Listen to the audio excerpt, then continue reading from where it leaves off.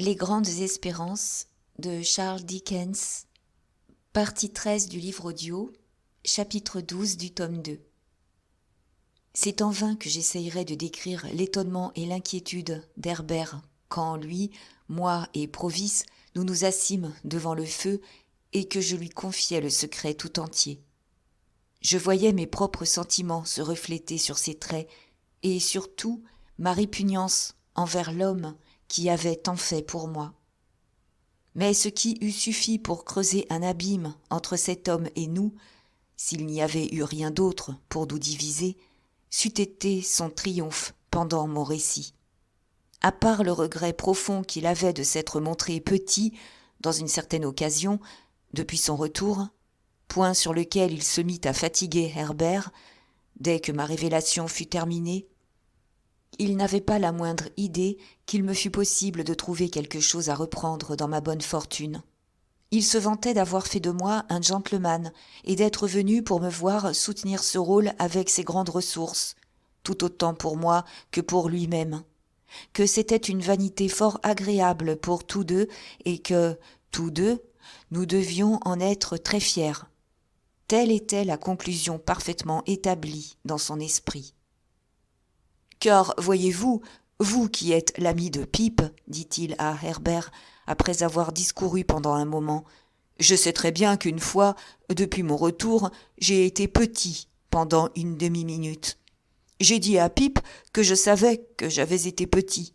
Mais ne vous inquiétez pas de cela, je n'ai pas fait de Pip un gentleman, et Pip ne fera pas un gentleman de vous, sans que je sache ce qui vous est dû à tous les deux. Vous, mon cher enfant, et vous, l'ami de Pip, vous pouvez tous deux compter me voir toujours gentiment muselé. À dater de cette demi-minute, où je me suis laissé entraîner à une petitesse, je suis muselé. Je suis muselé maintenant, et je serai toujours muselé. Certainement, dit Herbert. Mais il paraissait ne pas trouver en cela de consolation suffisante, et restait embarrassé et troublé. Nous avions hâte de voir arriver l'instant où il irait prendre possession de son logement et de rester ensemble, mais il éprouvait évidemment une certaine crainte à nous laisser seuls, et il ne partit que tard. Il était plus de minuit quand je le conduisis par Essex Street à sa sombre porte, où je le laissai sain et sauf. Quand elle se referma sur lui, j'éprouvai le premier moment de tranquillité que j'eusse éprouvé depuis le soir de son arrivée. Cependant, je n'avais pas entièrement perdu le souvenir de l'homme que j'avais trouvé sur l'escalier. J'avais toujours regardé autour de moi lorsque le soir je menais mon hôte prendre l'air, et en le ramenant. Et maintenant encore, je regardais tout autour de moi. Il est difficile, dans une grande ville, de ne pas soupçonner qu'on vous épie quand on a conscience de courir quelque danger en étant suivi. Je ne pouvais cependant me persuader que les gens auprès desquels je passais s'occupassent de mes mouvements. Les quelques personnes qui passaient suivaient leurs différents chemins, et les rues étaient désertes quand je rentrais dans le temple. Personne n'était sorti par la porte en même temps que nous. Personne ne rentra par la porte en même temps que moi. En passant près de la fontaine, je vis les fenêtres de derrière éclairées. Elles paraissaient brillantes et calmes, et en restant quelques moments sous la porte de la maison où je demeurais, avant de monter, je pus remarquer que la cour du jardin était aussi tranquille et silencieuse que l'escalier quand je le montais. Herbert me reçut les bras ouverts, et jamais je n'avais encore senti si complètement la douceur d'avoir un ami. Après qu'il m'eut adressé quelques paroles de sympathie et d'encouragement, nous nous assîmes pour examiner la situation et voir ce qu'il fallait faire. La chaise que Provis avait occupée était encore à la place où elle avait été pendant toute la soirée, car il avait une manière à lui de s'emparer d'un endroit, de s'y établir en remuant sans cesse et en se mouvant par le même cercle de petits mouvements habituels, avec sa pipe, son tabac, tête de nègre, son coutelas, son paquet de cartes et je ne sais quoi encore, comme si tout cela était inscrit d'avance sur une ardoise. Sa chaise était, dis-je, restée où il l'avait laissée. Herbert la prit sans y faire attention. Mais un instant après, il la quitta brusquement, la mit de côté et en prit une autre. Il n'est pas besoin de dire après cela qu'il avait conçu une aversion profonde pour mon protecteur, et je n'eus pas besoin non plus d'avouer la mienne. Nous échangeâmes cette confidence sans proférer une seule syllabe. « Eh bien, dis-je à Herbert, quand je le vis établi sur une autre chaise, que faut-il faire ?»« Mon pauvre cher Handel, répondit-il en se tenant la tête dans les mains, je suis trop abasourdi pour réfléchir à quoi que ce soit. Et moi aussi, j'ai été abasourdi quand ce coup est venu fondre sur moi. Cependant, il faut faire quelque chose. Il veut faire de nouvelles dépenses, avoir des chevaux, des voitures, et afficher des dehors de prodigalité de toute espèce. Il faut l'arrêter d'une manière ou d'une autre. Vous voulez dire que vous ne pouvez accepter ? Comment le pourrais-je ? dis-je, comme Herbert s'arrêtait. Pensez-y donc, regardez-le. Un frisson involontaire nous parcourut tout le corps. Cependant, Herbert, j'entrevois l'affreuse vérité. Il m'est attaché, très fortement attaché. Vit-on jamais une destinée semblable ? Mon pauvre cher Handel, répéta Herbert. Et puis, dis-je en coupant court à ses bienfaits, en ne recevant pas de lui un seul penny de plus, songez à ce que je lui dois déjà. Et puis, je suis couvert de dettes, très lourdes pour moi, qui n'ai plus aucune espérance, qui n'ai pas appris d'état et qui ne suis bonne à rien. Allons, allons, allons, fit Herbert, ne dites pas bon à rien. À quoi suis-je bon ? Je ne sais qu'une chose à laquelle je sois bon, et cette chose est de me faire soldat, et je le serais déjà, cher Herbert, si je n'avais voulu d'abord prendre conseil de votre amitié et de votre affection. Ici, je m'attendris, bien entendu, et bien entendu aussi Herbert, après avoir saisi chaleureusement ma main, prétendit ne pas s'en apercevoir. « Mon cher Handel, dit-il après un moment de réflexion, l'état de soldat ne fera pas l'affaire. Si vous étiez décidé à renoncer à sa protection et à ses faveurs, je suppose que vous ne le feriez qu'avec l'espoir vague de lui rendre un jour ce que vous en avez déjà reçu. Cet espoir ne serait pas grand si vous vous faisiez soldat. Sans compter que c'est absurde, vous seriez bien mieux dans la maison de Clariker, toute petite qu'elle soit. Je suis sur le point de m'y associer, vous savez. » Pauvre garçon, il ne soupçonnait pas avec quel argent. « Mais il y a une autre question, dit Herbert. Provis est un homme ignorant et résolu qui a eu longtemps une idée fixe. Plus que cela, il me paraît, je puis me tromper sur son compte, être un homme désespéré et d'un caractère très violent. »« Je le sais, répondis-je.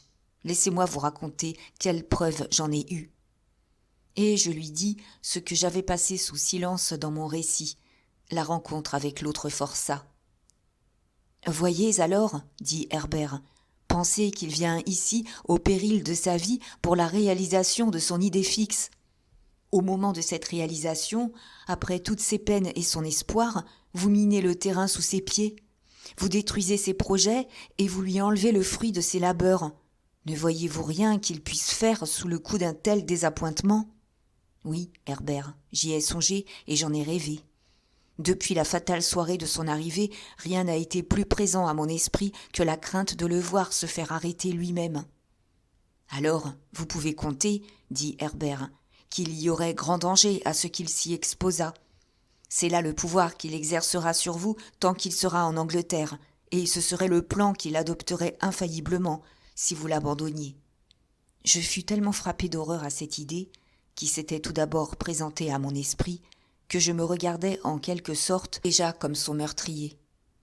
Je ne pus rester en place sur ma chaise, et je me mis à marcher çà et là à travers la chambre en disant à Herbert que, même si Provis était reconnu et arrêté malgré lui, je n'en serais pas moins malheureux, bien qu'innocent. Oui, et j'étais si malheureux, en l'ayant loin ou près de moi, que j'eusse de beaucoup préféré travailler à la forge tous les jours de ma vie que d'en arriver là. Mais il n'y avait pas à sortir de cette question. Que fallait-il faire ? La première et la principale chose à faire, dit Herbert, c'est de l'obliger à quitter l'Angleterre. Dans ce cas, vous partiriez avec lui, et alors, il ne demanderait pas mieux que de s'en aller. Mais en le conduisant n'importe où, pourrais-je l'empêcher de revenir ? Mon bon Handel, n'est-il pas évident qu'avec Newgate dans la rue voisine, il y a plus de chances ici que partout ailleurs à ce que vous lui fassiez adopter votre idée et le rendiez plus docile ? Si l'on pouvait se servir de l'autre forçat ou de n'importe quel événement de sa vie pour trouver le prétexte de le faire partir, là encore, dis-je en m'arrêtant devant Herbert et tenant en avant mes mains ouvertes, comme si elles contenaient le désespoir de la cause. Je ne connais rien de sa vie. Je suis devenu presque fou l'autre soir, lorsqu'étant assis, je l'ai vu devant moi, si lié à mon bonheur et à mon malheur, et pourtant je le connais à peine, si ce n'est pour être l'affreux misérable qui m'a terrifié pendant 2 jours de mon enfance. Herbert se leva et passa son bras sous le mien. Nous marchâmes lentement, de long en large, en paraissant étudier le tapis. « Handel, dit Herbert en s'arrêtant, vous êtes bien convaincu que vous ne pouvez plus accepter d'autres bienfaits de lui, n'est-ce pas ? Parfaitement. Assurément, vous le seriez aussi si vous étiez à ma place. Et vous êtes convaincu que vous devez rompre avec lui. Herbert, pouvez-vous me le demander ? Et vous avez et êtes obligé d'avoir assez de tendresse pour la vie qu'il a risquée pour vous, pour comprendre que vous devez l'empêcher, s'il est possible, de la risquer en pure perte. Alors, vous devez le faire sortir d'Angleterre avant de bouger un doigt pour vous tirer vous-même d'embarras. Une fois cela fait, au nom du ciel, tâchez de vous tirer d'affaire, et nous verrons cela ensemble, mon cher et bon camarade. » Ce fut une consolation de se serrer les mains là-dessus, et de marcher encore de long en large, n'ayant que cela de fait. « Maintenant, Herbert, dis-je, pour tâcher d'apprendre quelque chose de son histoire, je ne connais qu'un moyen, c'est de la lui demander de but en blanc. »« Oui, demandez-la lui, dit Herbert, quand nous serons réunis à déjeuner demain matin. » En effet, il avait dit, en quittant Herbert, qu'il viendrait déjeuner avec nous. Après avoir arrêté ce projet, nous allâmes nous coucher. J'eus les rêves les plus étranges, et je m'éveillai sans m'être reposé. En m'éveillant, je repris aussi la crainte que j'avais perdue pendant la nuit, de le voir découvert et arrêté pour rupture de ban. Une fois éveillé, cette crainte ne me quitta plus. Provis arriva à l'heure convenue, tira son coutelas et se mit à table. Il avait fait les plus beaux projets pour que son gentleman se montrât le plus magnifiquement et agît en véritable gentleman, et il m'excitait à entamer promptement le portefeuille qu'il avait laissé en ma possession. Il considérait nos chambres et son logement comme des résidences provisoires et me conseillait de chercher tout de suite une maisonnette élégante dans laquelle il pourrait avoir un pied-à-terre, près de Hyde Park. Quand il eut fini de déjeuner, et pendant qu'il essuyait son couteau sur son pantalon, je lui dis sans aucun préambule : « Hier soir, après que vous fûtes partis, j'ai parlé à mon ami de la lutte dans laquelle les soldats vous avaient trouvé engagés dans les marais, au moment où nous sommes arrivés. Vous en souvenez-vous ? » ?»« Si je m'en souviens, dit-il, je crois bien. » »« Nous désirons savoir quelque chose sur cet homme et sur vous. Il est étrange de savoir si peu sur votre compte à tous deux, et particulièrement sur vous, que ce que j'en ai pu dire à mon ami la nuit dernière. Ce moment n'est-il pas aussi bien choisi qu'un autre pour en apprendre davantage ? » ?»« Eh bien, dit-il, après avoir réfléchi, vous êtes engagé par serment, vous savez, vous, l'ami de Pipe. »« Assurément, répondit Herbert. »« Pour tout ce que je dis, vous savez, dit-il en insistant, le serment s'applique à tout. C'est ainsi que je le comprends. Et voyez-vous, tout ce que j'ai fait est fini et payé. » Il insista de nouveau. « Comme vous voudrez. » Il sortit sa pipe noire et allait la remplir de têtes de nègre quand, jetant les yeux sur le paquet de tabac qu'il tenait à la main, il parut réfléchir que cela pourrait embrouiller le fil de son récit.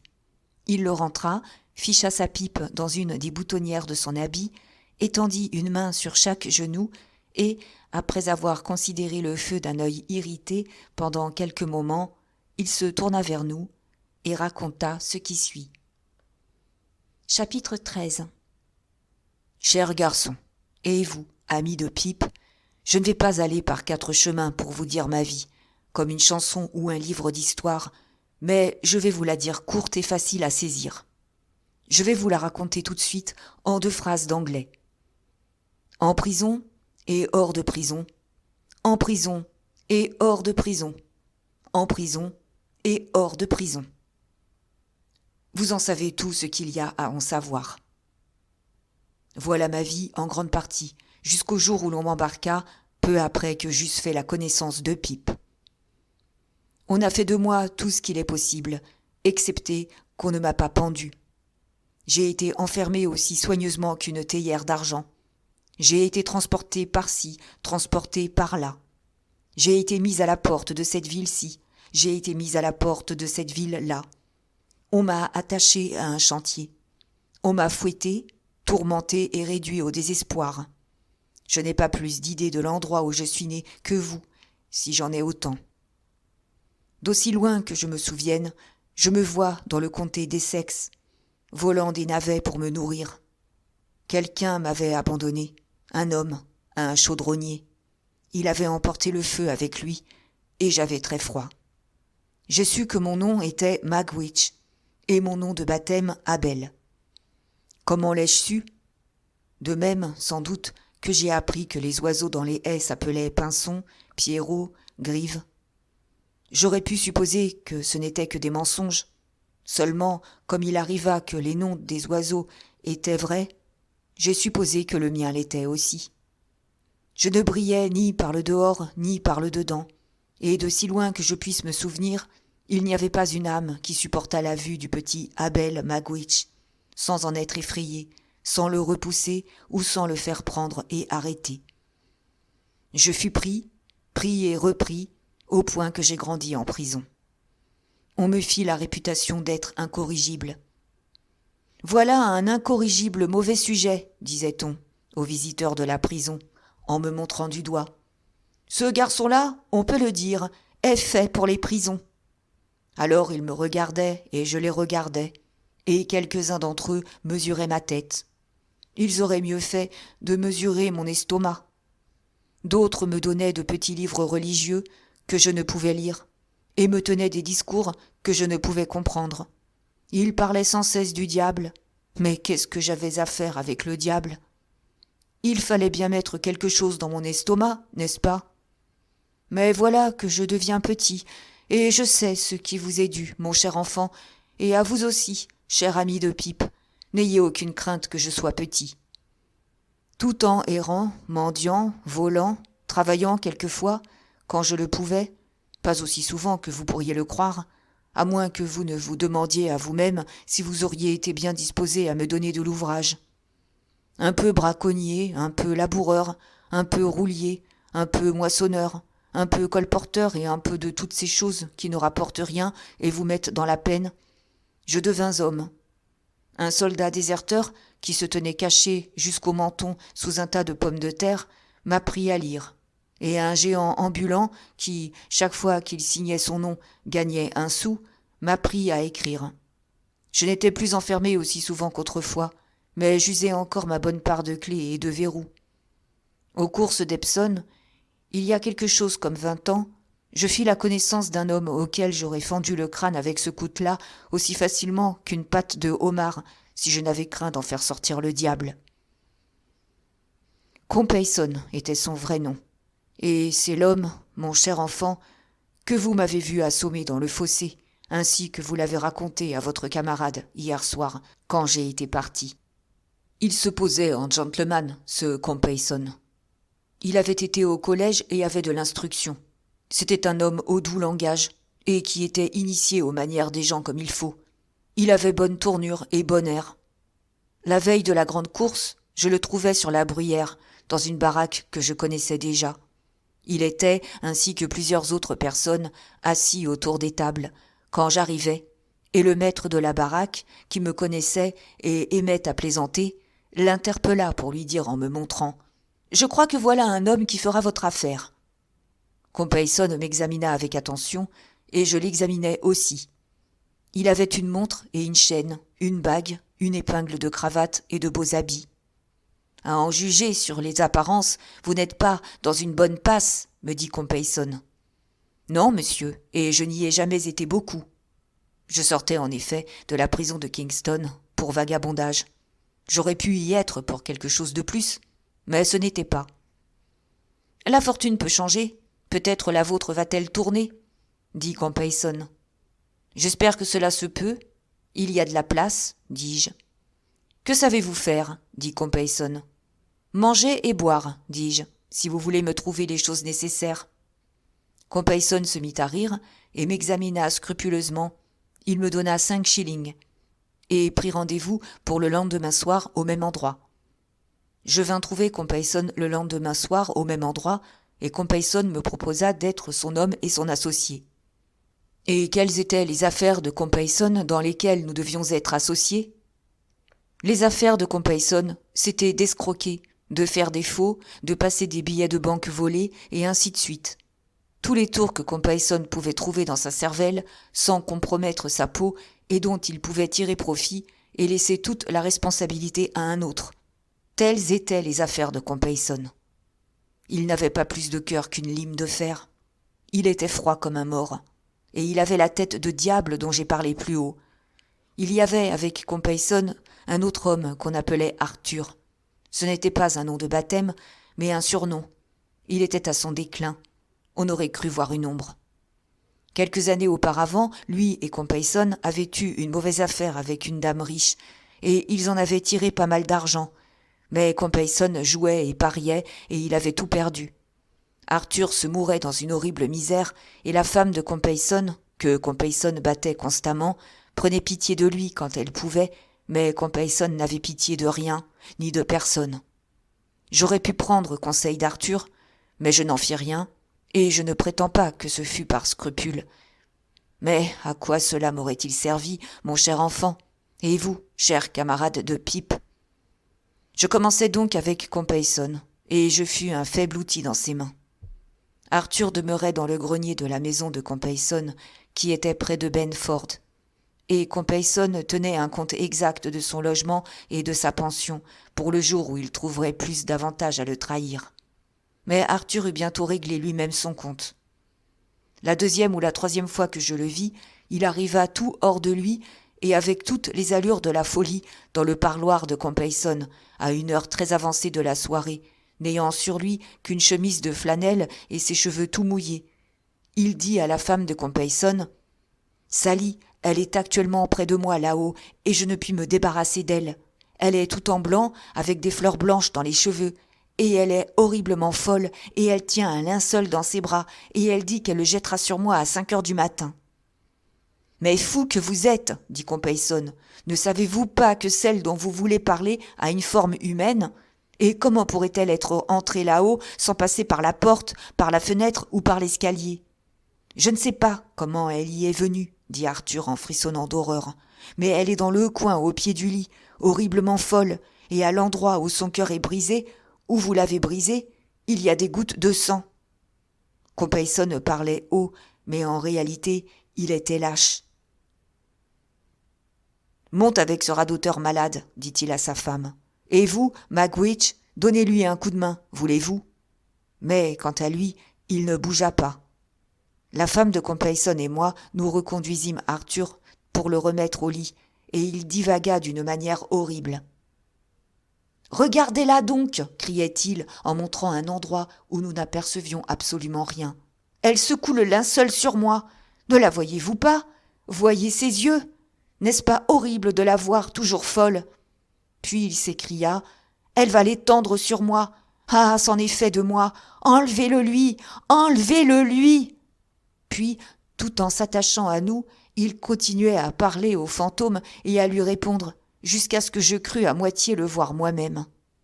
La femme de Compeyson, qui était habituée à ces crises, lui donna un peu de liqueur pour calmer ses visions, et bientôt il devint plus tranquille. « Oh, elle est partie. Son gardien est-il venu la chercher ?» dit-il. « Oui, répondit la femme de Compeyson. « Lui avez-vous dit de l'enfermer au verrou ? » ?»« Oui. Et de lui enlever cette vilaine chose ? » ?»« Oui, oui, c'est fait. »« Vous êtes une bonne créature, dit-il. Ne me quittez pas, et quoi que vous fassiez, je vous remercie. » Il demeura assez tranquille, jusqu'à 5 heures moins 5 minutes. Alors il s'élança en criant très fort La voilà, elle a encore le linceul, elle le déploie, elle sort du coin, elle approche du lit. Tenez-moi tous les deux, chacun d'un côté. Ne la laissez pas me toucher. Ah, elle m'a manqué cette fois. Empêchez-la de me le jeter sur les épaules. Ne la laissez pas me soulever pour le passer autour de moi. Elle me soulève. Tenez-moi ferme. Puis il se souleva lui-même avec effort et nous découvrîmes qu'il était mort. Compeyson vit dans ce fait un bon débarras pour tous deux. Lui et moi, nous commençâmes bientôt les affaires et il débuta par me faire un serment, étant toujours très rusé, sur mon livre, ce petit livre noir, mon cher enfant, sur lequel j'ai fait jurer votre camarade. Pour ne pas entrer dans le détail des choses que Compeyson conçut et que j'exécutais, ce qui demanderait une semaine, je vous dirai simplement, mon cher enfant, et vous, le camarade de Pipe, que cet homme m'enveloppa dans de tels filets qu'il fit de moi son nègre et son esclave. J'étais toujours endetté vis-à-vis de lui, toujours à ses ordres, toujours travaillant, toujours courant des dangers. Il était plus jeune que moi, mais il était rusé et instruit, et il était, sans exagération, 500 fois plus fort que moi. Ma maîtresse, pendant ces rudes temps, mais je m'arrête. Je n'en ai pas encore parlé. Il chercha autour de lui d'une manière confuse, comme s'il avait perdu le fil de ses souvenirs, et tourna son visage vers le feu, et étendit ses mains dans toute leur largeur sur ses genoux, les leva et les remit en place. « Il n'est pas nécessaire d'aborder ce sujet, dit-il. » Et, regardant encore une fois autour de lui, « Le temps que je passai avec Compeyson fut presque aussi dur que celui qui l'avait précédé. Cela dit, tout est dit. Vous ai-je dit comment je fus jugé seul pour les méfaits que j'avais commis pendant que j'étais avec Compeyson ? Je répondis négativement. Eh bien, dit-il, j'ai été jugé et condamné. J'avais déjà été arrêté sur des soupçons 2 ou 3 fois pendant les 3 ou 4 ans que cela dura, mais les preuves manquaient. À la fin, Compeyson et moi, nous fûmes tous deux mis en jugement sous l'inculpation d'avoir mis en circulation des billets volés, et il y avait encore d'autres charges derrière. Défendons-nous chacun de notre côté et n'ayons aucune communication, me dit Compeyson. Et ce fut tout. J'étais si pauvre que je vendis tout ce que je possédais, excepté ce que j'avais sur le dos, afin d'avoir Jaggers pour moi. Quand on nous amena au banc des accusés, je remarquai tout d'abord combien Compeyson avait bonne tournure et l'air d'un gentleman, avec ses cheveux frisés et ses habits noirs et son mouchoir blanc, et combien moi j'avais l'air d'un misérable tout à fait vulgaire. Quand on lut l'acte d'accusation et qu'on chercha à approuver notre culpabilité, je remarquai combien on pesait lourdement sur moi et légèrement sur lui. Quand les témoins furent appelés, je remarquai comment on pouvait jurer que c'était toujours moi qui m'étais présenté, comment c'était toujours à moi que l'argent avait été payé, comment c'était toujours moi qui semblais avoir fait la chose et profité du gain. Mais quand ce fut le tour de la défense, je vis plus distinctement encore quel était le plan de Compeyson, car son avocat avait dit « Milord et messieurs, vous avez devant vous, côte à côte, sur le même banc, 2 individus que vous ne devez pas confondre.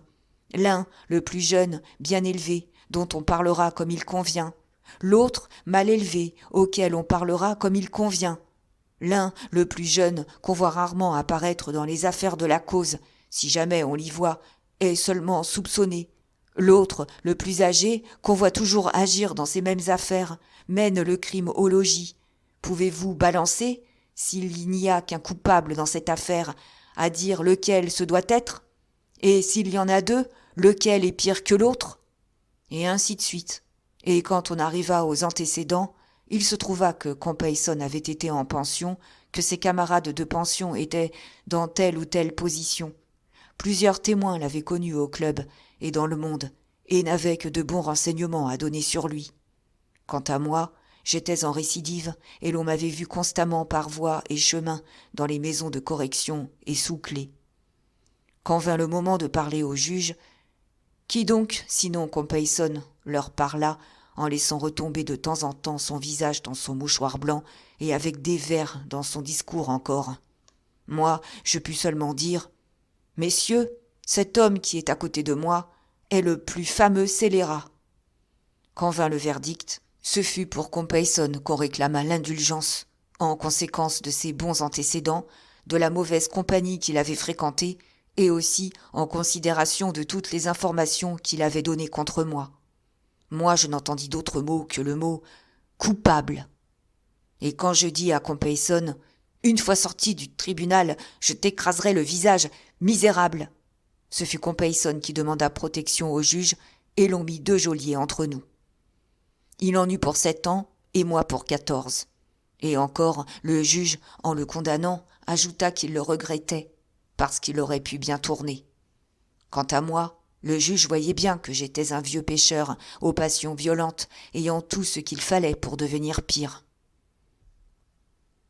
Provis était petit à petit arrivé à un grand état de surexcitation.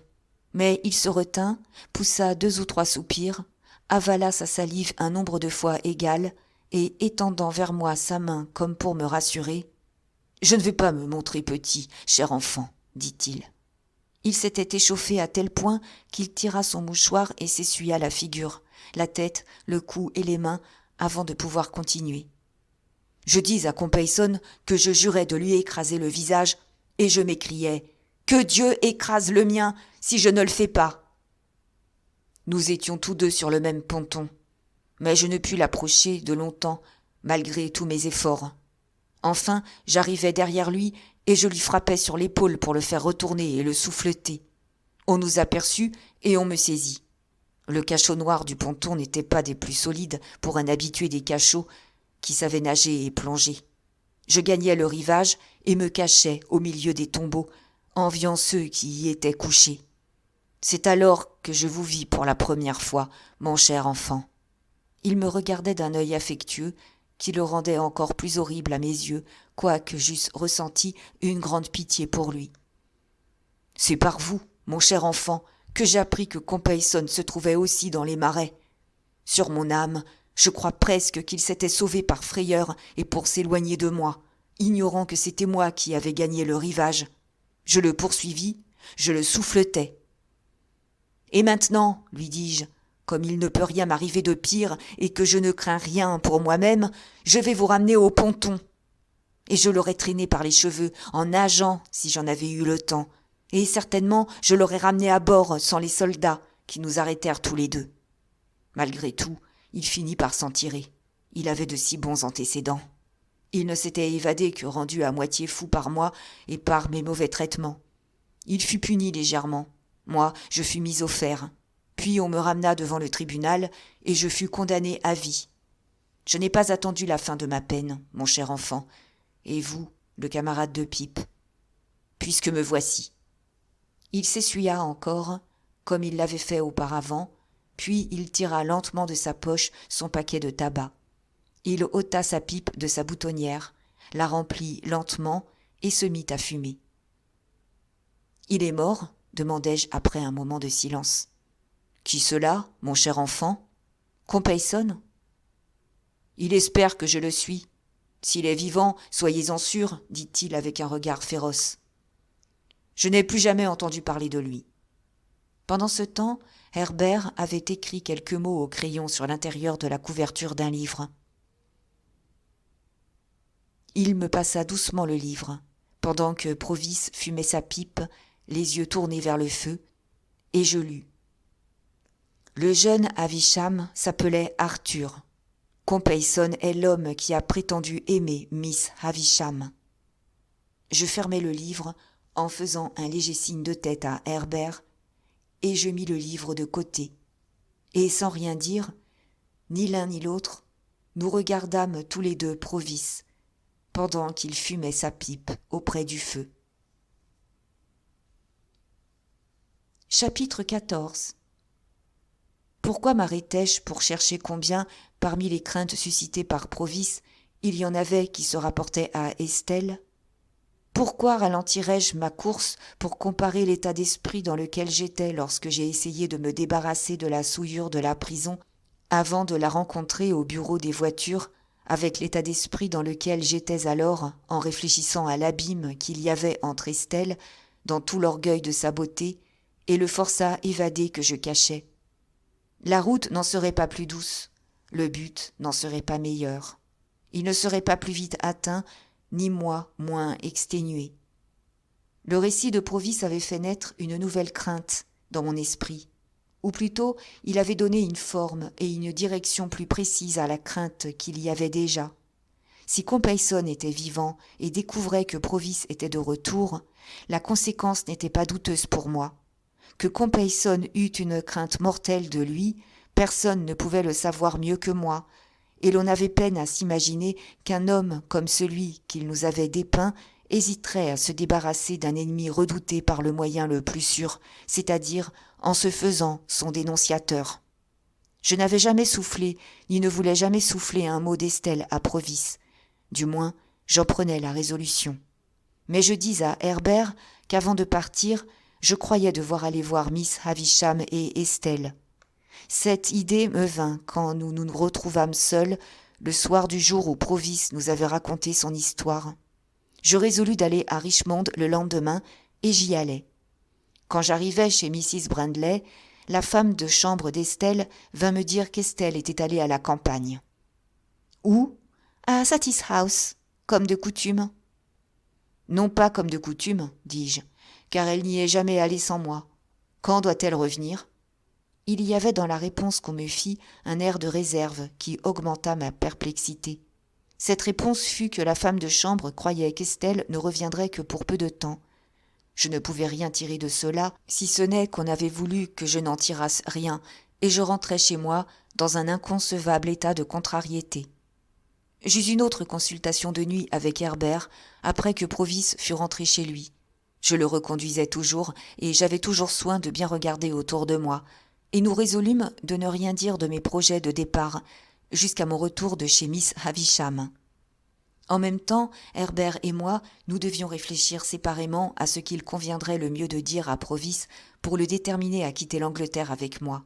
Ferions-nous semblant de craindre qu'il ne fût sous le coup d'une surveillance suspecte, ou moi, qui n'étais jamais sorti de notre pays, proposerais-je un voyage sur le continent ? Nous savions tous les deux que je n'avais qu'à proposer et qu'il consentirait à tout ce que je voudrais, et nous étions pleinement convaincus que nous ne pouvions courir plus longtemps les chances de la situation présente. Le lendemain, j'eus la bassesse de feindre que j'étais tenu, selon ma promesse, d'aller voir Joe. Mais j'étais capable de toutes les bassesses envers Joe ou en son nom. Provis devait se montrer extrêmement prudent pendant mon absence, et Herbert devait se charger de veiller sur lui à ma place. Je ne devais rester absent qu'une seule nuit, et, à mon retour, je promettais de donner satisfaction à son impatience de me voir commencer, sur une grande échelle, la vie de gentleman. Il me vint même à l'idée, comme à Herbert, qu'il serait aisé de le déterminer à passer sur le continent, sous prétexte de faire des achats pour monter notre maison. Ayant ainsi déblayé le chemin pour mon expédition chez Miss Havisham, je partis par la voiture du matin, avant le jour, et j'étais déjà en pleine campagne quand le soleil se leva, boitant et grelottant, enveloppé dans des lambeaux de nuages et des haillons de brouillard, comme un mendiant. Quand nous arrivâmes au Cochon Bleu, après un trajet humide, qui rencontrai-je sous la porte, un cure-dent en main, regardant la voiture, sinon Bentley Drummle ? De même qu'il faisait semblant de ne pas me voir, je fis semblant, moi aussi, de ne pas le reconnaître. C'était un bien pauvre semblant pour tous deux, d'autant plus pauvre que nous rentrâmes tous les deux dans l'auberge, où il venait de terminer son déjeuner et où je commandais le mien. Ce fut comme du poison pour moi de le trouver en ville, car je savais très bien pourquoi il était venu. Faisant semblant de lire un vieux journal graisseux, qui n'avait rien d'à moitié aussi lisible dans ces nouvelles locales que les nouvelles étrangères, sur les cafés, les conserves, les sauces à poisson, le beurre fondu et les vins dont il était couvert, comme s'il avait gagné la rougeole d'une manière tout à fait irrégulière, je m'assis à ma table pendant qu'il se tenait devant le feu. Par degrés, je vis une insulte grave dans sa persistance à rester devant le feu, et je me levai, déterminé à me chauffer à ses côtés. Il me fallut passer ma main derrière ses jambes pour prendre le poker afin de tisonner le feu, mais j'eus encore l'air de ne pas le connaître. « Est-ce exprès ?» dit M. Drummle. « Oh, dis-je, le poker en main. Est-ce vous ? Est-ce possible ? Comment vous portez-vous ? Je me demandais qui pouvait ainsi masquer le feu. » Sur ce, Je me mis à tisonner avec ardeur. Après cela, je me plantai côte à côte de M. Drummle, les épaules rejetées en arrière et le dos au feu. « Vous venez d'arriver » dit M. Drummle en me poussant un peu avec son épaule. « Oui » dis-je en le poussant de la même manière. « Quel sale et vilain endroit » dit Drummle. « N'est-ce pas votre pays ?»« Oui » répondis-je. « On m'a dit qu'il ressemblait beaucoup à votre Shropshire. »« Pas le moins du monde » dit Drummle. Alors M. Drummle regarda ses bottes, et je regardai les miennes. Puis il regarda les miennes, et je regardai les siennes. « Y a-t-il longtemps que vous êtes ici ?» demandai-je, résolu à ne pas céder un pouce du feu. « Assez longtemps pour en être fatigué » répondit Drummle en faisant semblant de bâiller, mais également résolu à ne pas bouger. « Restez-vous longtemps ici ?»« Je ne puis vous dire » répondit Drummle. « Et vous ?»« Je ne puis vous dire » répondis-je. Je sentis en ce moment, au frémissement de mon sang, que si l'épaule de M. Drummle avait empiété d'une épaisseur de cheveux de plus sur ma place, je l'aurais jeté par la fenêtre. Je sentis en même temps que si mon épaule montrait une semblable prétention, M. Drummle m'aurait jeté par la première ouverture venue. Il se mit à siffler un peu, je fis comme lui. « N'y a-t-il pas une grande étendue de marais par là ?» dit Drummle. « Oui. »« Eh bien, après ?» dis-je. M. Drummle me regarda, puis après il regarda mes bottes, puis enfin il dit « Oh !» et il se mit à rire. « Vous vous amusez, monsieur Drummle ?»« Non, dit-il, pas particulièrement.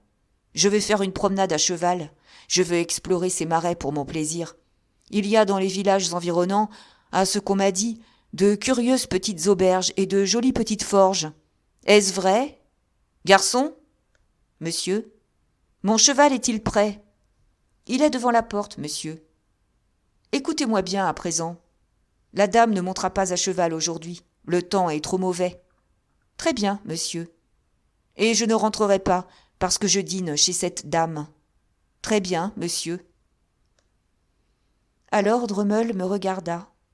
Il y avait sur son grand visage en hure de brochet un air de triomphe insolent qui me fendit le cœur. Triste comme je l'étais, cela m'exaspéra au point que je me sentis porter à le prendre dans mes bras et à l'asseoir sur le feu. Une chose était évidente pour tous les deux, c'est que, jusqu'à ce qu'on vînt à notre secours, ni l'un ni l'autre ne pouvait quitter le feu. Nous étions donc devant le feu, épaule contre épaule, pied contre pied, avec nos mains derrière le dos, sans bouger d'un pouce. Malgré le brouillard, le cheval se voyait en dehors de la porte. Mon déjeuner était sur la table, celui de Drummle était enlevé. Le garçon m'invita à commencer. Je fis un signe de tête, et tous deux nous restâmes à nos places. « Êtes-vous allé au bocage depuis la dernière fois ?» dit Drummle. « Non, dis-je. J'ai eu bien assez des pinsons la dernière fois que j'y suis allé. »« Est-ce le jour où nous avons différé d'opinion ?»« Oui, répondis-je très sèchement. »« Allons, allons, on vous a laissé assez tranquille, dit Drummle d'un ton moqueur. Vous n'auriez pas dû vous laisser emporter. »« Monsieur Drummle, dis-je, vous n'êtes pas compétent pour donner un avis sur ce sujet. Quand je me laisse emporter, non pas que j'admette l'avoir fait à cette occasion, je ne lance pas des vers à la tête des gens. »« Moi, j'en lance, dit Drummle. Après l'avoir regardé 2 ou 3 fois, en examinant son état d'excitation et de fureur croissante, je dis « Monsieur Drummle, je n'ai pas cherché cette conversation et je ne la trouve pas agréable. »« Assurément, elle ne l'est pas, dit-il avec dédain et par-dessus son épaule. Mais cela m'est absolument égal. »« Et en conséquence, continuai-je, avec votre permission, j'insinuerai que nous n'ayons à l'avenir aucune espèce de rapport. »« C'est tout à fait mon opinion, dit Drummle, et c'est ce que j'aurais insinué moi-même, ou plutôt fait sans insinuation. Mais ne perdez pas votre calme. N'avez-vous pas assez perdu sans cela ? Que voulez-vous dire, monsieur ? Garçon, dit Drummle en manière de réponse. Le garçon reparut. Par ici. Écoutez et comprenez bien. La jeune dame ne sort pas aujourd'hui, et je dîne chez la jeune dame. Parfaitement, monsieur.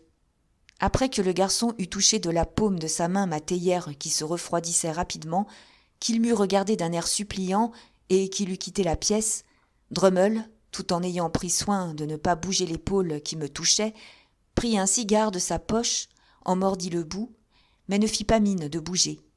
Je bouillais, j'étouffais, je sentais que nous ne pourrions pas dire un seul mot de plus sans faire intervenir le nom d'Estelle, et que je ne pourrais supporter de le lui entendre prononcer.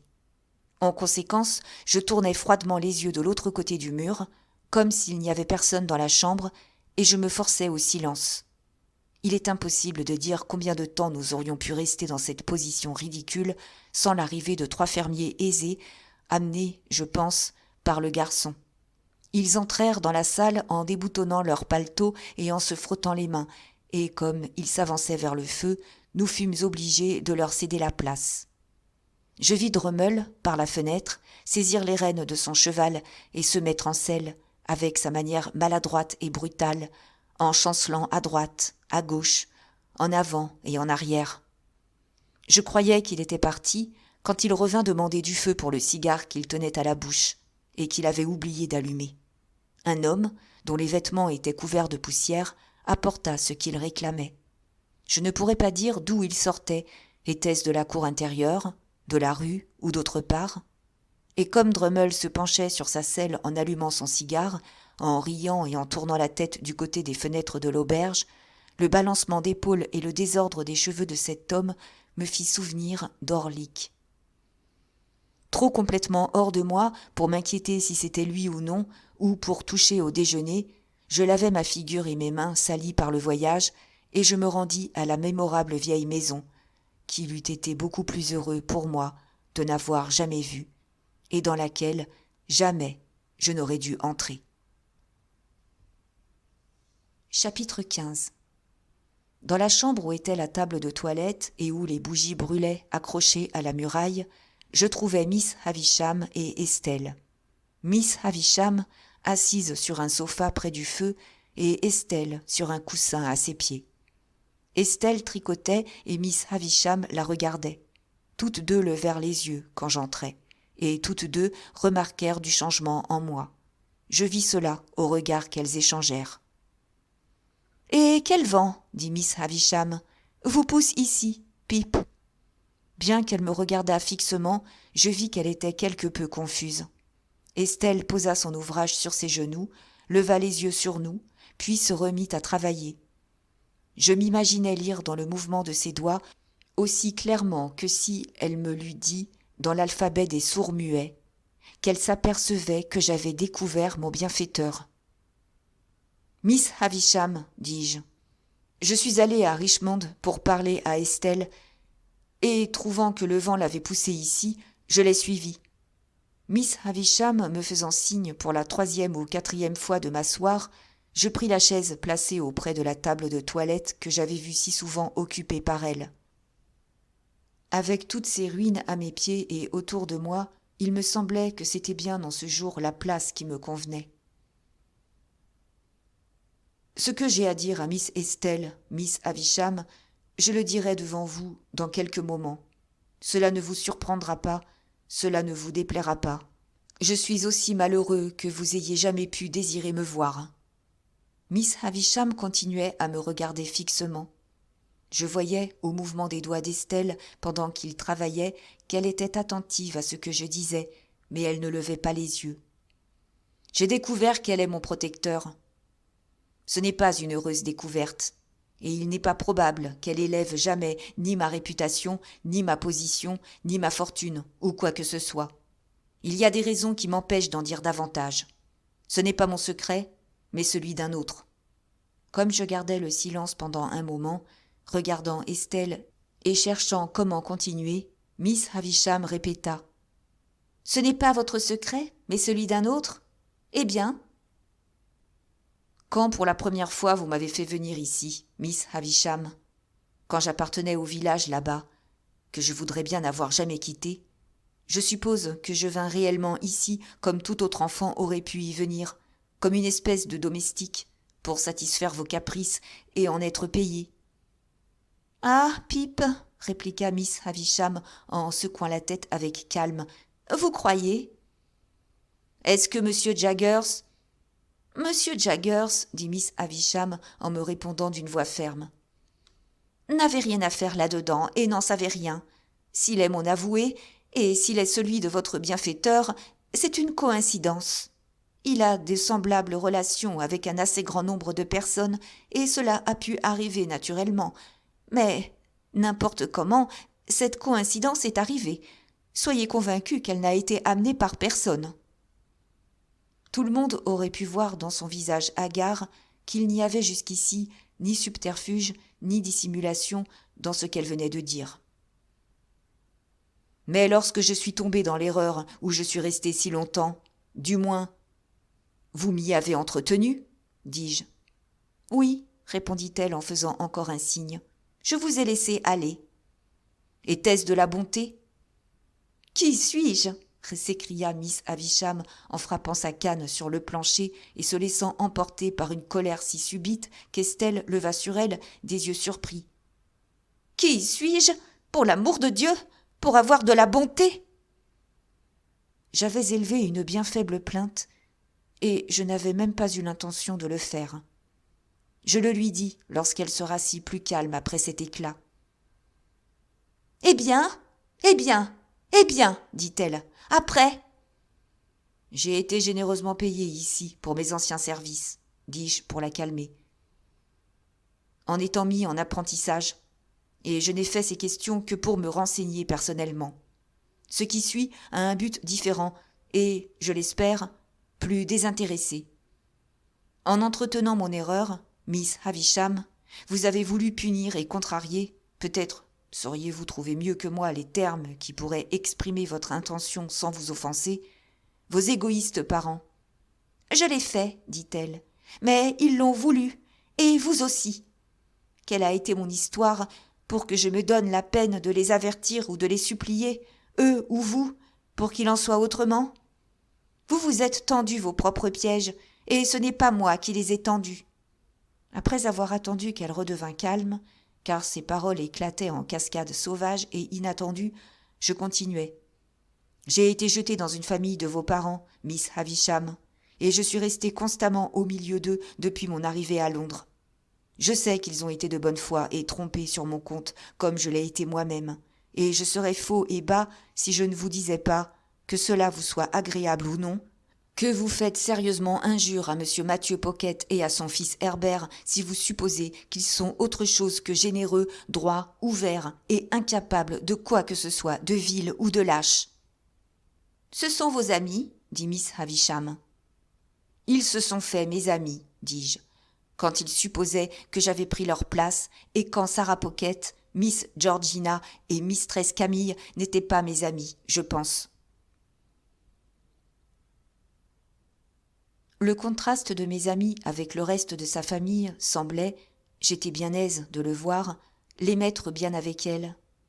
Elle me regarda avec des yeux perçants pendant un moment, puis elle dit avec calme. « Que demandez-vous pour eux ? » ?»« Rien, dis-je, si ce n'est que vous ne les confondiez pas avec les autres. Il se peut qu'ils soient du même sang, mais, croyez-moi, ils ne sont pas de la même nature. » Miss Havisham répéta en continuant à me regarder avec avidité.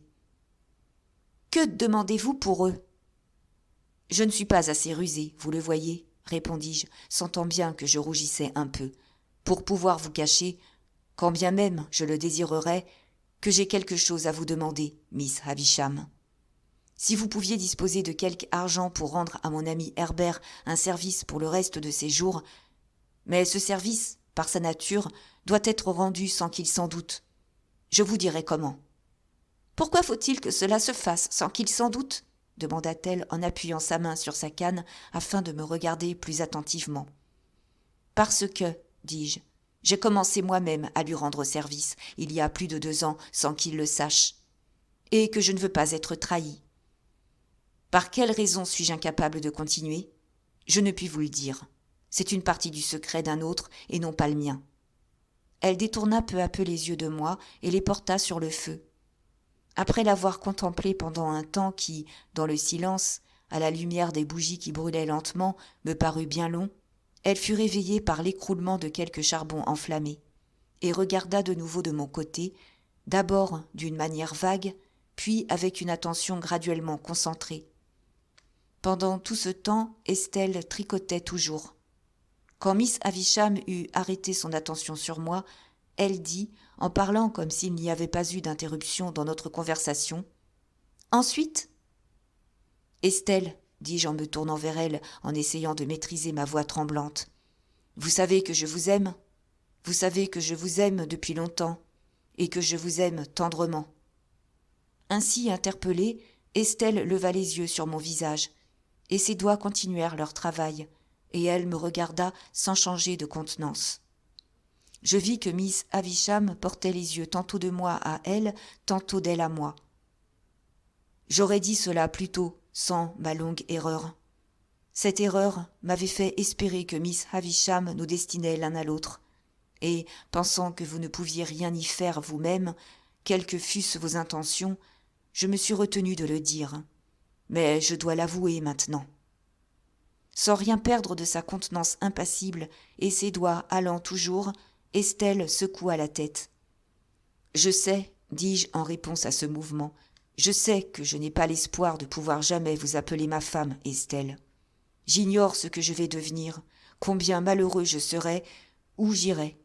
Cependant, je vous aime, je vous ai aimé depuis la première fois que je vous ai vu dans cette maison. » En me regardant, parfaitement impassible et les doigts toujours occupés, elle secoua de nouveau la tête. Je repris. Il eût été bien cruel, horriblement cruel à Miss Havisham de jouer avec la sensibilité et la candeur d'un pauvre garçon, de me torturer pendant toutes ces années dans un vain espoir et pour un but inutile si elle avait songé à la gravité de ce qu'elle faisait. Mais je pense qu'elle n'en avait pas conscience. Je crois qu'en endurant ses propres souffrances, elle a oublié les miennes, Estelle. Je vis Miss Havisham porter la main à son cœur et l'y retenir pendant qu'elle continuait à me regarder, ainsi qu'Estelle, tour à tour. « Il me semble, dit Estelle avec un grand calme, qu'il y a des sentiments, des fantaisies, je ne sais pas comment les appeler, que je suis incapable de comprendre. Quand vous dites que vous m'aimez, je sais ce que vous voulez dire quant à la formation des mots, mais rien de plus. Vous ne dites rien à mon cœur. Vous ne touchez rien là. Je m'inquiète peu de ce que vous pouvez dire. J'ai essayé de vous en avertir. Dites, ne l'ai-je pas fait ? Oui, répondis-je d'un ton lamentable. Oui, mais vous n'avez pas voulu vous tenir pour averti, car vous avez cru que je ne le pensais pas. Ne l'avez-vous pas cru ? J'ai cru et espéré que vous ne le pensiez pas, vous si jeune, si peu éprouvée et si belle, Estelle. Assurément, ce n'est pas dans la nature. C'est dans ma nature, répondit-elle. Puis elle ajouta en appuyant sur les mots. C'est dans mon fort intérieur. Je fais une grande différence entre vous et les autres en vous en disant autant. Je ne puis faire davantage. N'est-il pas vrai, dis-je, que Bentley Drummle est ici en ville et qu'il vous recherche ? C'est parfaitement vrai, répondit-elle en parlant de lui avec l'indifférence du plus entier mépris. N'est-il pas vrai que vous l'encouragez, que vous sortez à cheval avec lui et qu'il dîne avec vous aujourd'hui même ? Elle parut un peu surprise de voir que je connaissais tous ces détails, mais elle répondit encore. C'est parfaitement vrai. Vous pouvez l'aimer, Estelle. Ses doigts s'arrêtèrent pour la première fois quand elle répliqua avec un peu de colère. Que vous ai-je dit ? Croyez-vous encore après cela que je ne sois pas telle que je vous le dis ? Vous ne l'épouserez jamais, Estelle ? Elle se tourna vers Miss Havisham et réfléchit un instant en tenant son ouvrage dans ses mains, puis elle dit « Pourquoi ne vous dirais-je pas la vérité ? On va me marier avec lui. » Je laissai tomber ma tête dans mes mains, mais je pus me contenir mieux que je ne pouvais l'espérer, eu égard à la douleur que j'éprouvais en lui entendant prononcer ces paroles. Quand je relevai la tête, Miss Havisham avait un air si horrible que j'en fus impressionné, même dans le bouleversement extrême de ma douleur. Estelle, chère, très chère Estelle, ne permettez pas à Miss Havisham de vous précipiter dans cet abîme. Mettez-moi de côté pour toujours. Vous l'avez fait, je le sais bien, mais donnez votre main à quelque personne plus digne que Drummle. Miss Havisham vous donne à lui, comme pour témoigner le plus profond mépris et faire la plus grande injure qu'on puisse faire à tous les hommes beaucoup meilleurs qui vous admirent, et aux quelques-uns qui vous aiment vraiment. Parmi ces quelques-uns, il peut y en avoir un qui vous aime aussi tendrement, bien qu'il ne vous ait pas aimé aussi longtemps que moi. Prenez-le, et je le supporterai avec courage pour l'amour de vous. Mon ardeur éveilla en elle un étonnement qui me fit supposer qu'elle était touchée de compassion, et que tout à coup j'étais devenue intelligible à son esprit. « Je vais, dit-elle encore d'un ton plus doux, l'épouser. On s'occupe des préparatifs de mon mariage, et je serai bientôt mariée. Pourquoi mêlez-vous ici injustement le nom de ma mère adoptive ? C'est par ma propre volonté que tout se fait. » « C'est par votre propre volonté, Estelle, que vous vous jetez dans les bras d'une brute ? » ?»« Dans les bras de qui devrais-je me jeter ? » repartit-elle avec un sourire. « Devrais-je me jeter dans les bras de l'homme qui sentirait le mieux ? S'il y a des gens qui sentent de pareilles choses, que je n'ai rien pour lui ? Là, c'en est fait, je ferai assez bien et mon mari aussi. Quant à me précipiter dans ce que vous appelez un abîme, Miss Havisham voulait me faire attendre et ne pas me marier encore. Mais je suis fatiguée de la vie que j'ai menée. Elle n'a que très peu de charme pour moi et je suis d'avis d'en changer. N'en dites pas davantage. Nous ne nous comprendrons jamais l'un l'autre. « Une vile brute, une telle stupide brute !» criai-je désespérée. « Ne craignez pas que je sois un ange pour lui, » dit Estelle. « Je ne le serai pas. Allons, voici ma main. Séparons-nous là-dessus, enfants et hommes romanesques. »« Oh, Estelle !» répondis-je, pendant que mes larmes tombaient en abondance sur sa main, malgré tous mes efforts pour les retenir. « Quand même je resterai en Angleterre et que je pourrais me tenir la tête haute devant les autres, comment pourrais-je voir en vous la femme de Drummle ? » ?»« Enfantillage, enfantillage, dit-elle. Cela passera avec le temps. »« Jamais, Estelle. »« Vous ne penserez plus à moi dans une semaine. »« Ne plus penser à vous ? Vous faites partie de mon existence, partie de moi-même. Vous avez été dans chaque ligne que j'ai lue depuis la première fois que je suis venue ici, n'étant encore qu'un pauvre enfant bien grossier et bien vulgaire, dont, même alors, vous avez blessé le cœur. Vous avez été dans tous les rêves d'avenir que j'ai faits depuis. Sur la rivière, sur les voiles des vaisseaux, sur les marais, dans les nuages, dans la lumière, dans l'obscurité, dans le vent, dans la mer, dans les bois, dans les rues. Vous avez été la personnification de toutes les fantaisies gracieuses que mon esprit ait jamais conçues. Les pierres avec lesquelles sont bâties les plus solides constructions de Londres ne sont pas plus réelles ou plus impossibles à déplacer par vos mains que votre présence et votre influence l'ont été et le seront toujours pour moi, ici et partout. Estelle, jusqu'à la dernière heure de ma vie, il faut que vous restiez une partie de ma nature, une partie du peu de bien et une partie du mal qui est en moi. Mais pendant notre séparation, je vous associerai seulement au bien et je vous y maintiendrai toujours fidèlement, car vous devez m'avoir fait beaucoup plus de bien que de mal, quelle que soit la douleur aiguë que je ressente maintenant. Oh, Dieu vous garde, Dieu vous pardonne. Dans quelle angoisse de malheur j'arrachais de mon cœur ces paroles entrecoupées ? Je ne le sais. Elles montèrent à mes lèvres comme le sang d'une blessure interne. Je tins sa main sur mes lèvres pendant un moment, et je la quittai. Mais toujours dans la suite, je me suis souvenu, et bientôt après, à plus forte raison, que, tandis qu'Estelle me regardait seulement avec un étonnement mêlé d'incrédulité, la figure de spectre de Miss Havisham, dont la main couvrait encore son cœur, semblait trahir, dans un terrible regard, la pitié et le remords.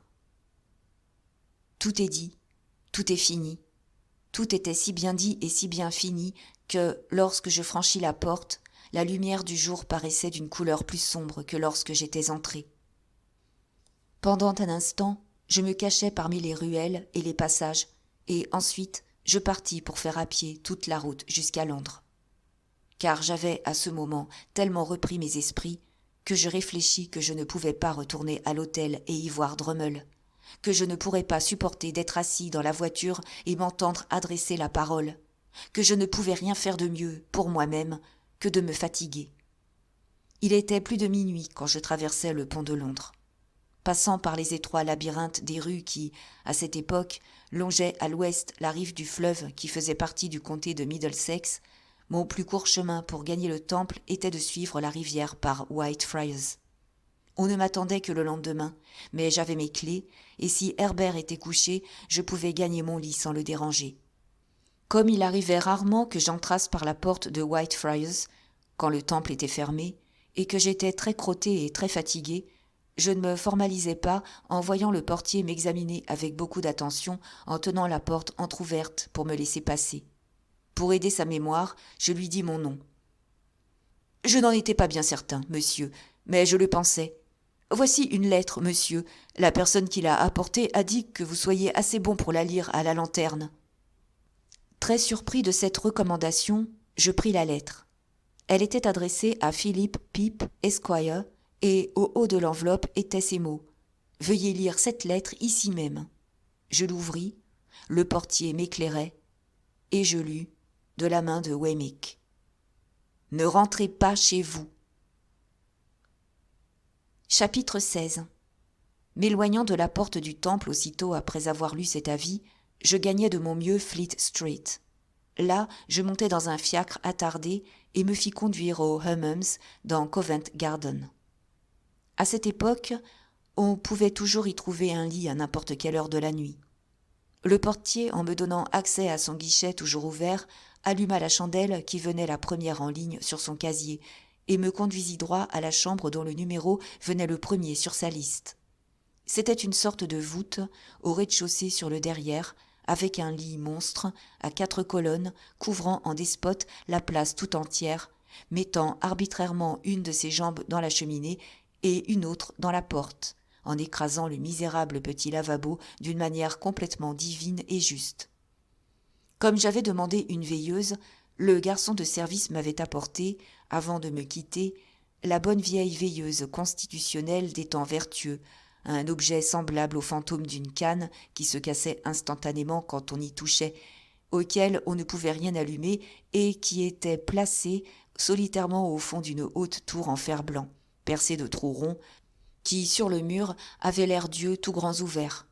Quand je fus dans mon lit, étendu, les pieds endoloris, fatigué et misérable, je m'aperçus que je ne pouvais pas plus fermer mes yeux que je n'aurais pu fermer ceux de cet Argus indiscret. Ainsi, dans l'ombre et le silence de la nuit, nous nous regardions fixement. Quelle nuit affreuse, agitée, horrible et longue. Il y avait dans la chambre une odeur inhospitalière de suie froide et de poussière chaude, et en regardant dans les recoins du ciel de lit au-dessus de ma tête, je songeais au grand nombre de mouches bleues qui volent chez les bouchers, aux perce-oreilles du marché, aux vers de la campagne qui devaient être là attendant l'été prochain.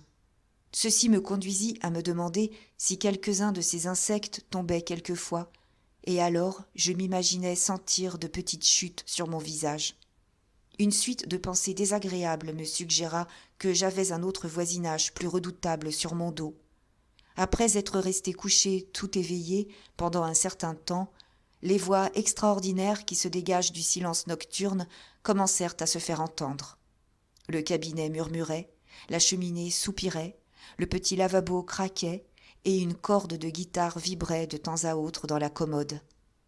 Vers le même instant, les yeux sur la muraille prirent une nouvelle expression et dans chacun de ces yeux indiscrets, je voyais écrit « Ne rentrez pas chez vous ». Toutes les fantaisies et les bruits de la nuit qui m'assiégeaient disaient le même refrain. « Ne rentrez pas chez vous ». Cette phrase s'insinuait dans tout ce que je pensais, comme l'aurait fait une douleur physique. Il n'y avait pas longtemps, j'avais lu dans les journaux qu'un inconnu était venu au Hummums dans la nuit, s'était mis au lit, s'était suicidé, et que le lendemain matin, on l'avait trouvé baigné dans son sang. Il me vint dans l'idée que cet inconnu avait dû occuper cette même voûte, et je me levai pour m'assurer qu'il n'y avait pas de traces rouges. Alors j'ouvris la porte pour regarder dans les couloirs et me ranimer un peu à la vue d'une lumière lointaine, près de laquelle je savais que le garçon de service dormait. Mais pendant tout ce temps, je me demandais « Pourquoi ne dois-je pas rentrer chez moi ? Que peut-il être arrivé à la maison ? Si j'y rentrais, y trouverais-je Provis en sûreté ?» Ces questions occupaient à tel point mon esprit qu'on aurait pu supposer qu'il n'y avait plus de place pour d'autres réflexions. Même lorsque je pensais à Estelle et à la manière dont nous nous étions quittés ce jour-là pour toujours, et quand je me rappelais les circonstances de notre séparation et tous ses regards et toutes ses intonations et le mouvement de ses doigts pendant qu'elle tricotait, même alors j'étais poursuivie ici, là et partout par cet avertissement. Ne rentrez pas chez vous.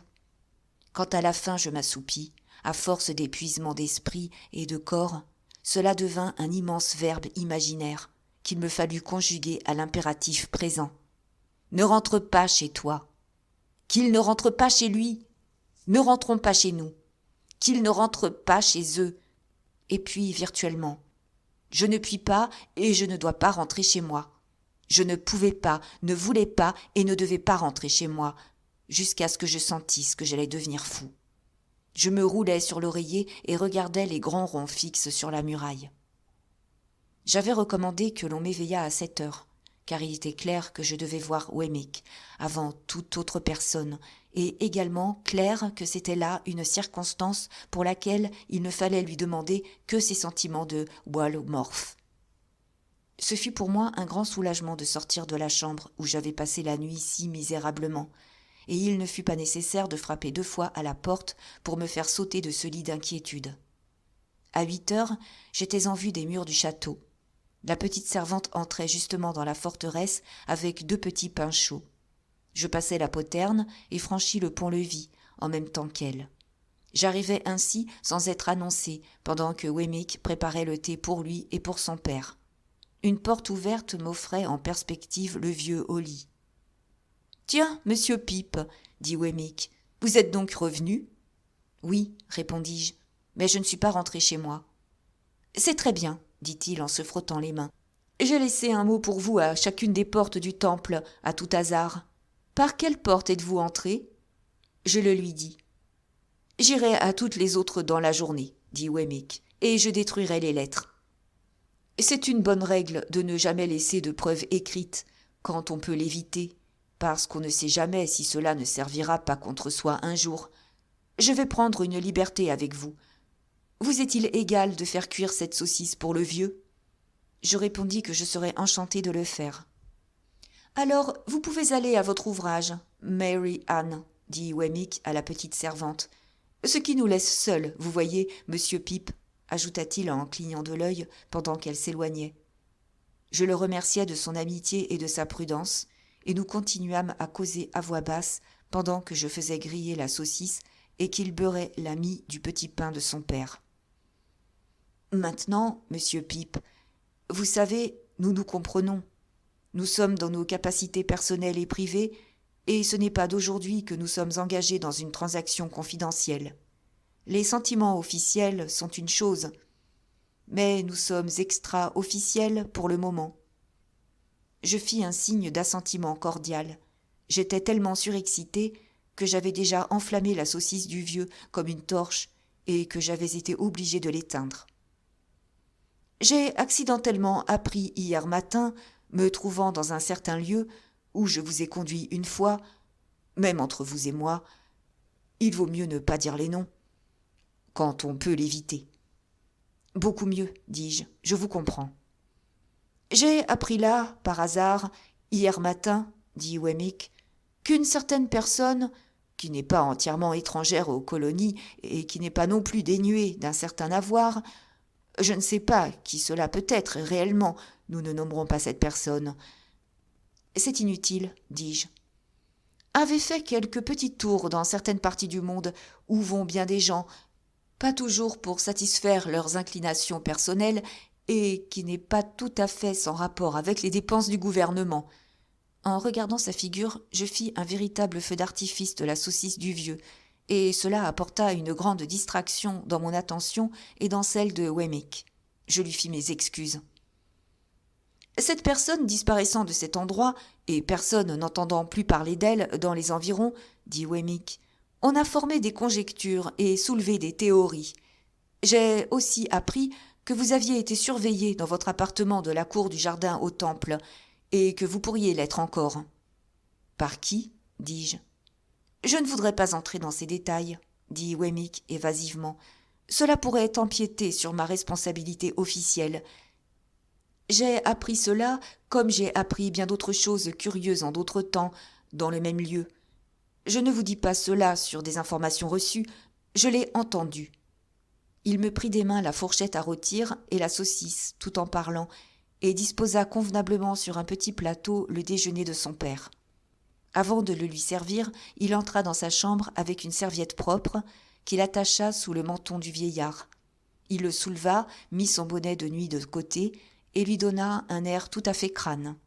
Ensuite, il plaça son déjeuner devant lui avec grand soin et dit « C'est bien, n'est-ce pas, vieux père ?» Ce à quoi le joyeux vieillard répondit « Très bien, John, mon garçon, très bien. » Comme il paraissait tacitement entendu que le vieux n'était pas dans un état présentable, je pensais qu'en conséquence il fallait le regarder comme invisible, et je fis semblant d'ignorer complètement tout ce qui se passait. Cette surveillance exercée sur moi dans mon appartement, surveillance que j'avais déjà eu quelques raisons de soupçonner, dis-je à Wemmick quand il revint, est inséparable de la personne à laquelle vous avez fait allusion, n'est-ce pas ? Wemmick prit un air très sérieux. Je ne puis pas vous assurer cela d'après ce que j'en sais. Je veux dire que je ne puis pas vous affirmer qu'il en a été ainsi d'abord. Mais où cela est, où sera, où est en grand danger d'être. Comme je voyais que sa position à la Petite-Bretagne l'empêchait d'en dire davantage, et que je savais, et je lui en étais très reconnaissant, combien il sortait de sa voie ordinaire, en me disant ce qu'il me disait, je ne pus pas le presser. Mais je lui dis, après un moment de méditation, que j'aimerais bien lui faire une question, le laissant juge d'y répondre ou de n'y pas répondre, comme il le voudrait, certain que j'étais que ce qu'il ferait serait bien. Il posa son déjeuner et, croisant les bras et pinçant ses manches de chemise, il trouvait commode de rester chez lui sans habit, il me fit signe aussitôt de faire ma question. « Vous avez entendu parler d'un homme de mauvaise conduite dont le vrai nom est Compeyson ?» Il me répondit par un autre signe. Vit-il encore ? Un autre signe. Est-il à Londres ? Il me fit encore un signe, comprima excessivement sa boîte aux lettres, me fit un dernier signe et continua son déjeuner. Maintenant, dit Wemmick, que les questions sont faites, ce qu'il dit avec emphase et répéta pour ma gouverne, j'arrive à ce que je fis après avoir entendu ce que j'avais entendu. Je me rendis à la cour du jardin pour vous trouver. Ne vous trouvant pas, je fus chez Clarriker pour trouver M. Herbert. Et vous l'avez trouvé ? Fis-je avec inquiétude. Et je l'ai trouvé. Sans prononcer un seul nom, sans entrer dans aucun détail, je lui ai fait entendre que s'il avait connaissance qu'il y ait quelqu'un, Tom, Jack ou Richard dans votre appartement ou dans le voisinage immédiat, il ferait mieux d'éloigner Tom, Jack ou Richard pendant que vous étiez absent. Il a dû être bien embarrassé. Bien embarrassé ? Pas le moins du monde, parce que je lui ai fait entendre qu'il n'était pas prudent d'essayer de trop éloigner Tom, Jack ou Richard pour le présent. Monsieur Pipe, je vais vous dire quelque chose. Dans les circonstances présentes, il n'y a rien de tel qu'une grande ville, quand une fois l'on y est. N'ouvrez pas trop tôt la porte, restez tranquille, laissez les choses se remettre un peu avant d'essayer d'ouvrir, même pour laisser entrer l'air du dehors. Je le remerciais de ses bons avis, et je lui demandais ce qu'avait fait Herbert. « Monsieur Herbert, dit Wemmick, après être resté immobile pendant une demi-heure, a trouvé un moyen. Il m'a confié sous le sceau du secret qu'il recherchait une jeune dame, qui a, comme vous le savez sans doute, un père alité, lequel père ayant été quelque chose comme purser, couche dans un lit d'où il peut voir les vaisseaux monter et descendre le fleuve. Vous connaissez probablement cette jeune dame. » Pas personnellement, dis-je. La vérité est que la jeune dame en question avait vu en moi un camarade dépensier, qui ne pouvait que nuire à Herbert, et que, lorsqu'Herbert avait proposé de me présenter à elle, elle avait accueilli sa proposition avec un empressement si modéré que Herbert avait été obligé de me confier l'état des choses, en me disant qu'il fallait laisser s'écouler quelque temps avant de faire sa connaissance. Quand j'avais entrepris de faire la carrière d'Herbert à son insu, j'avais supporté l'indifférence de sa fiancée avec une joyeuse philosophie. Lui et elle, de leur côté, n'avaient pas été très désireux d'introduire une troisième personne dans leurs entrevues, et bien que j'eusse l'assurance de m'être depuis élevé dans l'estime de Clara, et que la jeune dame et moi échangions depuis quelque temps des messages et des souvenirs, par l'entremise d'Herbert, je ne l'avais néanmoins jamais vue. Quoi qu'il en soit, je ne fatiguais pas Wemmick avec ces détails.